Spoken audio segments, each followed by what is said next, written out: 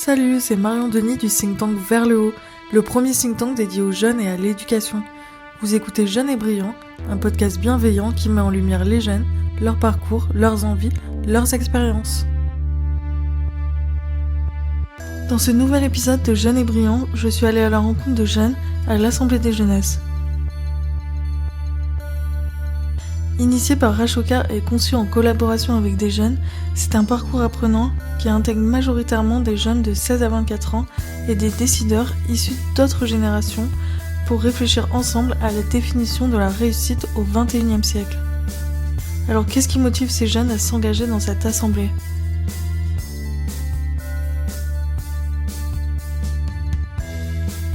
Je vous laisse avec Merwan et Awatif, tous les deux étudiants en région parisienne.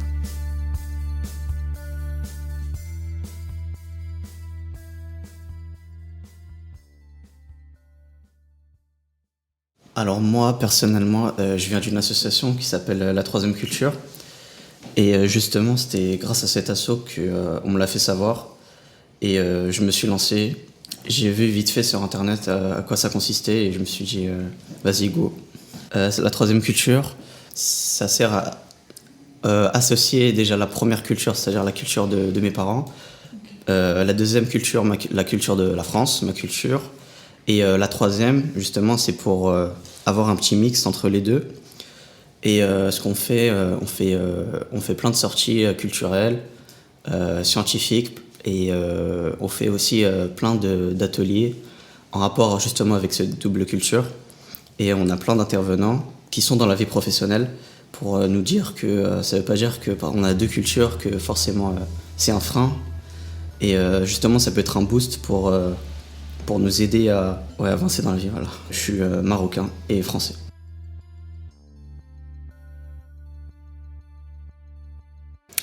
De ma part, moi je suis très intéressée par les questions de la jeunesse et tout ce qui est changement durable, enjeux durables. Et je me suis intéressée parce que je souhaite partager mes idées. Et je trouve qu'on n'a pas assez d'espace d'échange actuellement. Et l'Assemblée de la jeunesse permis en fait ce rassemblement de jeunesse, ce partage des idées. Et ce qui est intéressant également, c'est le côté intergénérationnel, c'est-à-dire qu'on a des expériences, des personnes et des vécus qui sont assez différents et en même temps très enrichissants. Mes idées, c'est par rapport à tout ce qui est innovation sociale, tout ce qui est entrepreneuriat social, comment on peut participer, engager plus de personnes, plus de jeunes, puisque on dit souvent que les jeunes, ce sont le futur de demain, mais également, ils sont pas que le futur, mais ils sont également le présent. Donc pour moi, c'est ça, c'est de travailler sur la jeunesse, de trouver des espaces en commun justement pour partager et exprimer ses ressentis, ses problèmes, mais aussi un espace de quête personnelle. Je sais toujours pas quoi faire plus tard, mais je sais que ça sera en rapport avec l'économie et la finance. J'ai fait beaucoup de recherches pour savoir qu'est-ce que j'allais faire plus tard, enfin pour les études en tout cas. Et j'ai beaucoup réfléchi. Au début, j'appréhendais un peu le fait de faire ça, parce qu'il y avait beaucoup de maths, et je suis pas très bon en maths. Enfin, je me débrouille pas mal, mais j'ai pas vraiment un niveau incroyable. Mais en faisant cette année, franchement, j'ai beaucoup appris de choses, et je me suis épanoui. Et du coup, je pense que c'est ce que je veux faire plus tard. Alors, l'Assemblée des Jeunesses, déjà, pour voir si une assemblée pareille peut déjà émettre des propositions intéressantes, pertinentes, et surtout voir si ça peut aller loin, pour savoir si on fait pas ça pour rien.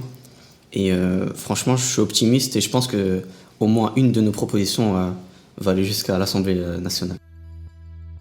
Par rapport à mes attentes, donc pour moi, la première chose, c'est, comme j'ai dit tout à l'heure, en fait, c'est d'avoir un premier espace d'échange. Et le deuxième, c'est comme Merwan, en fait, de le faire sortir sur le terrain. c'est-à-dire de prototyper tout ce qu'on a proposé, d'expérimenter, de proposer des solutions qui vont être concrètes. Et peut-être, comme elle a dit Erwan, ça peut être à l'Assemblée nationale, mais ça peut être aussi des projets individuels ou du projet collectif. Et aussi, pour moi, c'est de travailler sur le réseau, d'avoir cet échange. C'est très enrichissant au point de vue personnel. Et c'est parmi mes attentes. Mais je pense que déjà, là, on est dans notre 3e journée. Et ça m'a fait vraiment plaisir, en fait, de voir qu'il y a des gens de différents horizons qui viennent et qui partagent. Et ça a permis d'ouvrir des portes et de voir la vie autrement, quoi. Réussir ensemble au XXe siècle, c'est quoi pour moi ? Personnellement, je pense que c'est évoluer ensemble. C'est que l'un pousse l'autre pour être le meilleur de soi. C'est de vivre en communauté, de respecter l'environnement et d'être de plus en plus en lien avec soi et en lien avec la nature. Pour moi, réussir ensemble au XXIe siècle, c'est déjà accepter que les gens déjà ont des différences, qu'on a des origines. C'est accepter qui on est. C'est vivre ensemble, c'est s'entraider, liberté, égalité, fraternité. Et ouais, c'est accepter comment les gens sont, accepter les différences. Et c'est ce qui va nous pousser à être plus forts. Ensuite, j'ai rencontré Walid en terminale à Cergy que vous pouvez retrouver sur l'antenne Génération dans l'émission La Récré et Guy Michel, jeune slammer de Villepinte.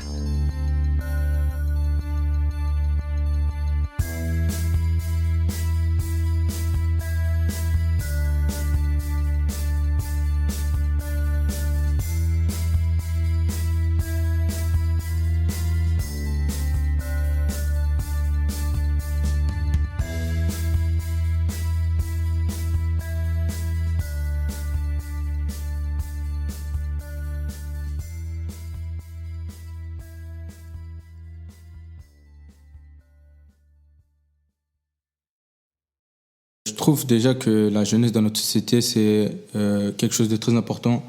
C'est eux qui feront le monde de demain. Et l'Assemblée des jeunesses, elle a pour but justement d'améliorer la situation des jeunes dans la société, des jeunes de différents environs. Que ce soit, aujourd'hui, on est situé en Île-de-France, mais il y a des gens qui viennent de partout, donc c'est de la jeunesse de France. Et je trouve que c'est important.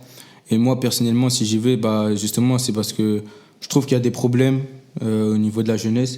Et je suis là, justement, pour les dire. Pas dire que mes problèmes à moi, mais des problèmes que j'ai vus sur l'ensemble de la jeunesse, des jeunes que j'ai pu croiser. Les dire, les exprimer, et essayer, justement, de trouver des solutions. Et j'ai pu voir aussi que, justement, les problèmes ne sont pas les mêmes. Et par exemple, que certaines personnes ont des solutions pour mes problèmes, comme moi, je peux avoir des solutions à leurs problèmes. Donc, c'est beaucoup d'échanges et je trouve que c'est très intéressant. Par exemple, on a pu parler du bien-être. Moi, le bien-être, franchement, c'est une question que je ne me posais pas au début. Ma santé mentale, c'est ce que je ne me posais pas vraiment de questions sur ça. Et là, ça m'a permis une ouverture d'esprit, de me poser la question, est-ce que je me sens vraiment bien mentalement, psychologiquement, est-ce que je stresse, est-ce que j'ai vu que ça touchait beaucoup de jeunes.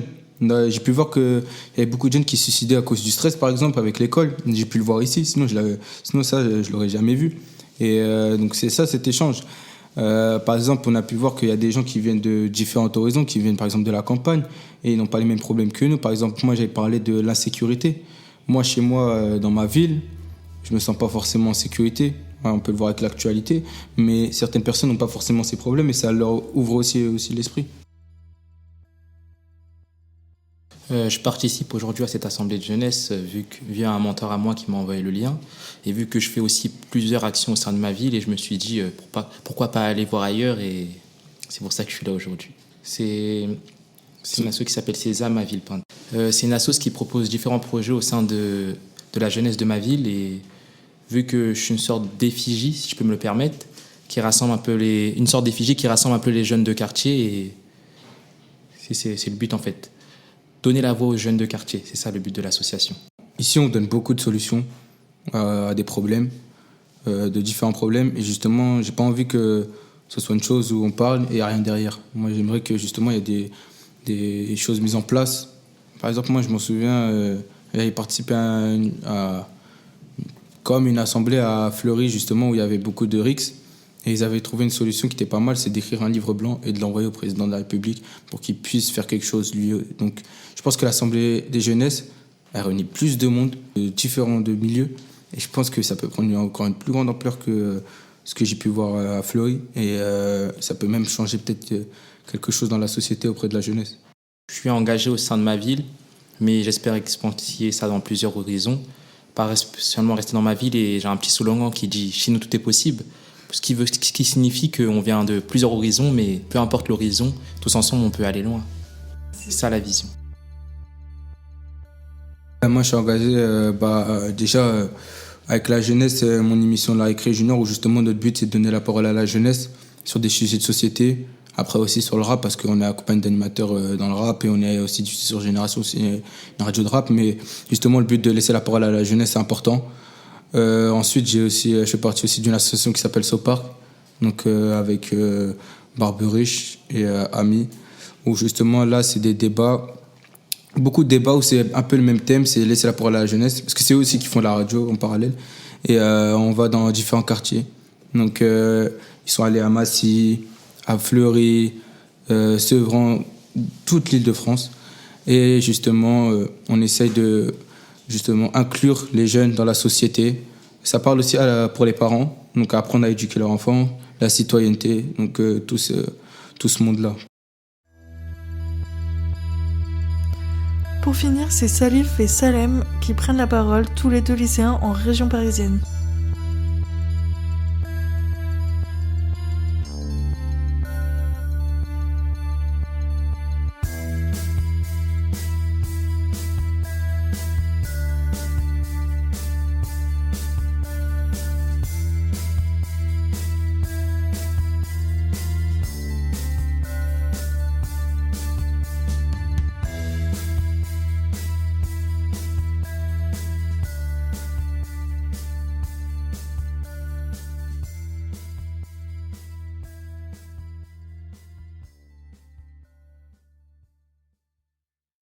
D'abord, j'ai connu l'association parce que moi aussi, je suis dans une association qui s'appelle Télémac. C'est eux qui me l'ont proposé. Du coup, dès que j'ai lu la thématique, j'ai compris que ça parlait de la jeunesse et tout. Moi, je me suis tout de suite senti concerné. Ça parle de la jeunesse, je suis jeune, ça parle de l'orientation, de tous les problèmes que les jeunes peuvent rencontrer dans leur vie, quoi. Le bien-être, tout ça. Du coup, voilà, ça m'a tout de suite... Ça m'a tout de suite sonné, quoi. J'ai tout de suite envie de m'inscrire et tout, de voir qu'est-ce que je peux faire de ma part pour participer au développement des jeunes, quoi. Surtout que moi aussi, je suis concerné. L'orientation, c'est quelque chose qui nous accompagnera toute notre vie, quoi. C'est un sujet qu'on ne peut pas contourner. Du coup, c'est important d'en parler. Le but est de réduire les inégalités entre les élèves, quoi, des lycées professionnels et les lycées généraux. Et aussi des élèves qui viennent généralement des quartiers sensibles. Le but étant d'avoir la même chance, qu'on ait tous la même chance au départ. C'est ça. Donc, eux, leur manière de procéder, c'est de passer de lycée en lycée ou dans les collèges, de proposer des mentors à des élèves motivés, des élèves qui s'impliquent. Et moi, ils étaient venus dans mon lycée, c'est comme ça qu'on s'est rencontrés. Ils m'ont expliqué un peu comment ça se passait. Moi, je me suis inscrit tout de suite. Moi, tout d'abord, comme Salif, il faut savoir que je viens de Télémac aussi. Donc, moi, c'est Télémac qui m'a envoyé un message en me présentant l'association Ashoka. Du coup, j'ai répondu à l'appel. Je me suis dit, pourquoi pas venir pour essayer de rencontrer de nouvelles personnes, sortir du quartier et avoir de nouvelles discussions avec d'autres personnes, de nouvelles thématiques et aborder des sujets sur les jeunes. Enfin, j'ai des attentes de cette association parce que moi, je crois en cette association. Je sais qu'on peut beaucoup avancer parce que déjà leur manière de travailler, de procéder avec les jeunes, elle est vraiment professionnelle, elle est très pédagogique, on va dire.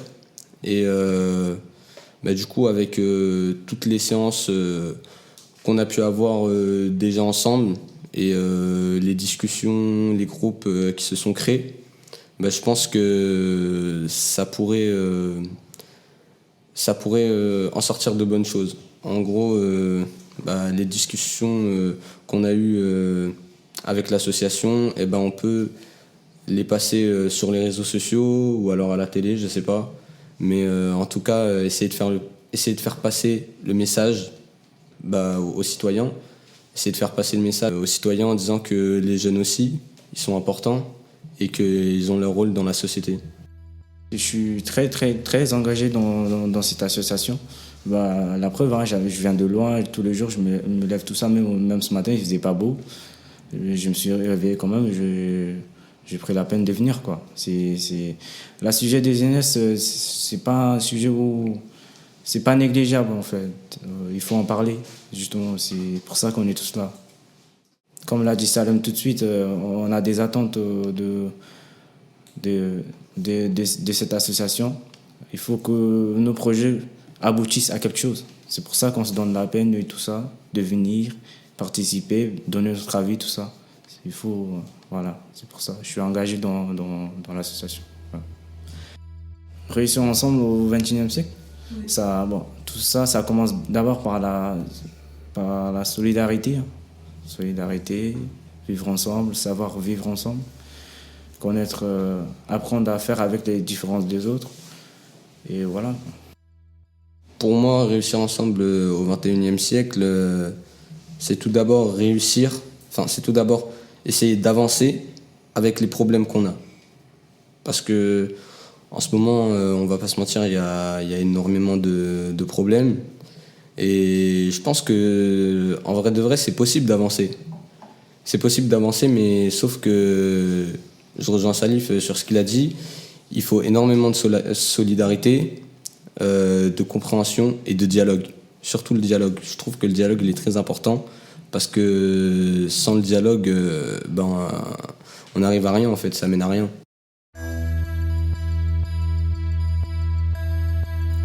Au moment de l'enregistrement du podcast, nous étions en plein dans les émeutes qui ont eu lieu du 27 juin au 7 juillet 2023 suite à la mort de Nahel Merzouk. J'ai demandé à ces jeunes ce qu'ils en pensaient, eux qui étaient à l'Assemblée des jeunesses pendant ce chaos. L'âge moyen des personnes interpellées étant 17 ans, je voulais vraiment en parler avec des jeunes de leur génération avant de me faire mon propre avis.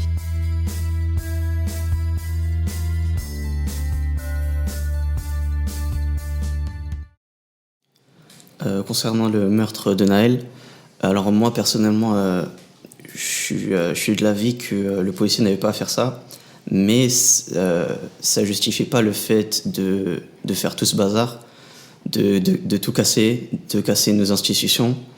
Il faut attendre ce que la justice doit faire.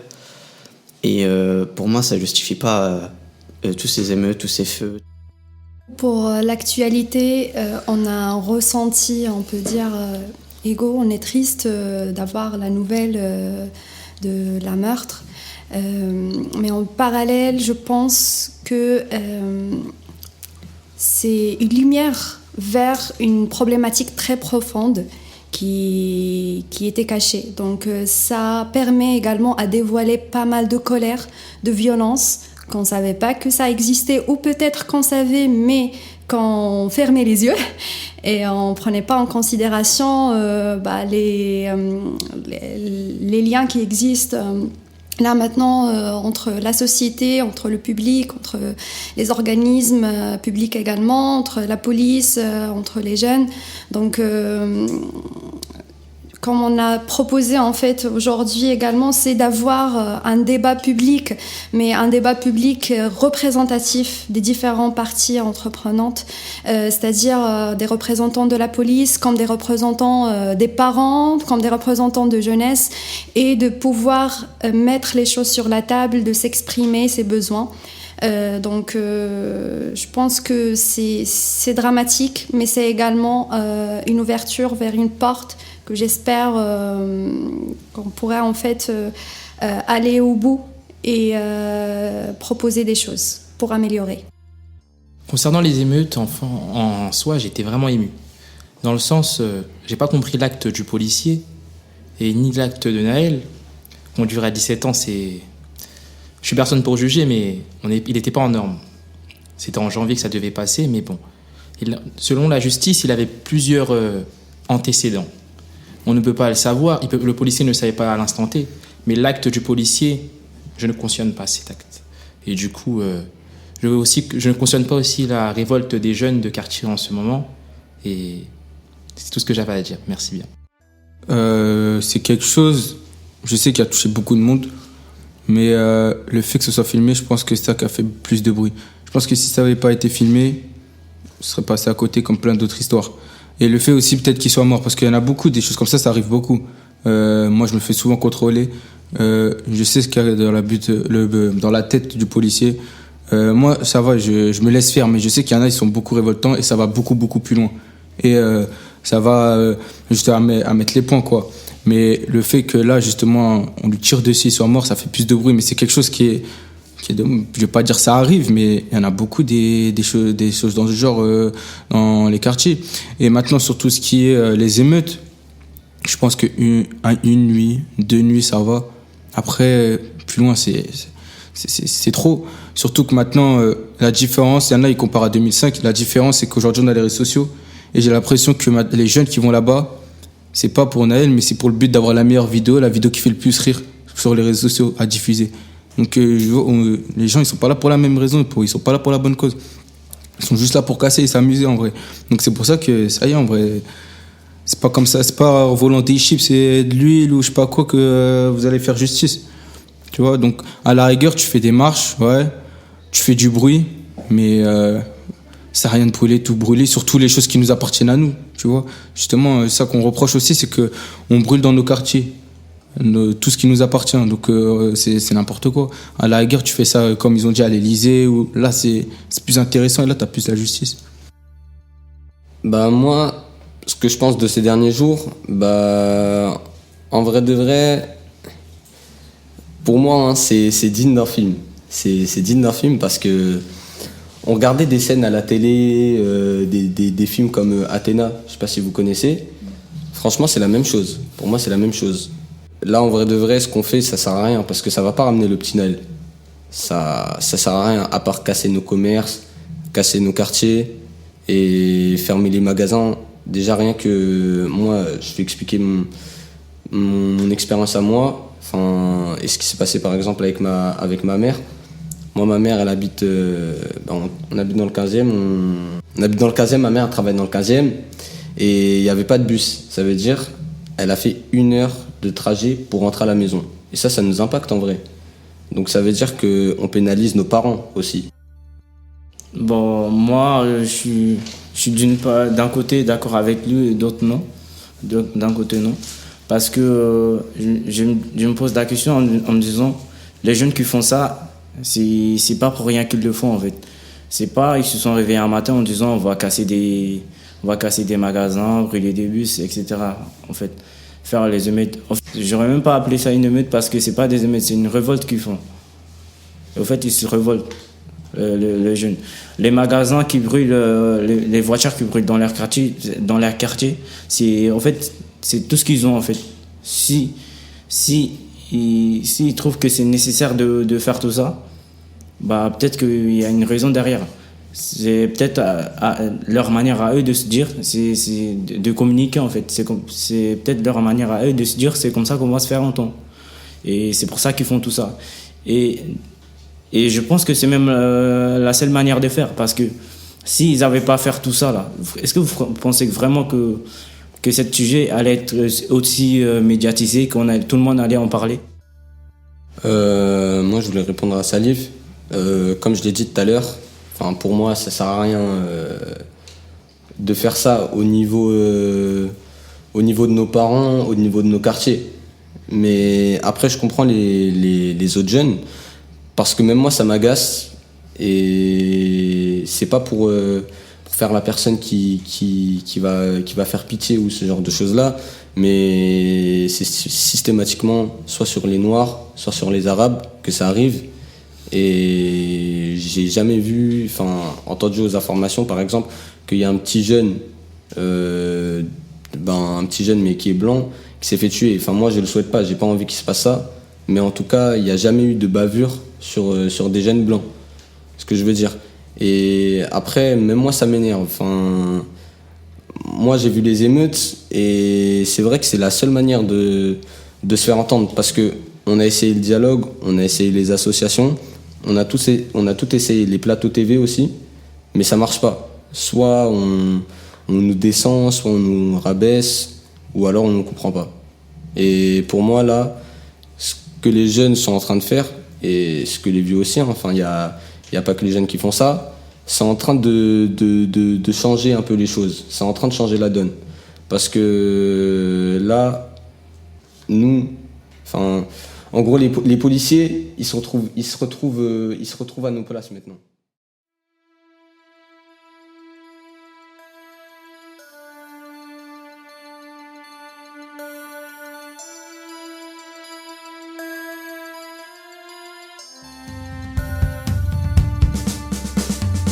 Merci d'avoir écouté Jeunes et Brillants. Pour ne rien manquer de nos actus, suivez-nous sur nos réseaux sociaux @verslhaut et sur notre site internet verslhaut.org. Bye.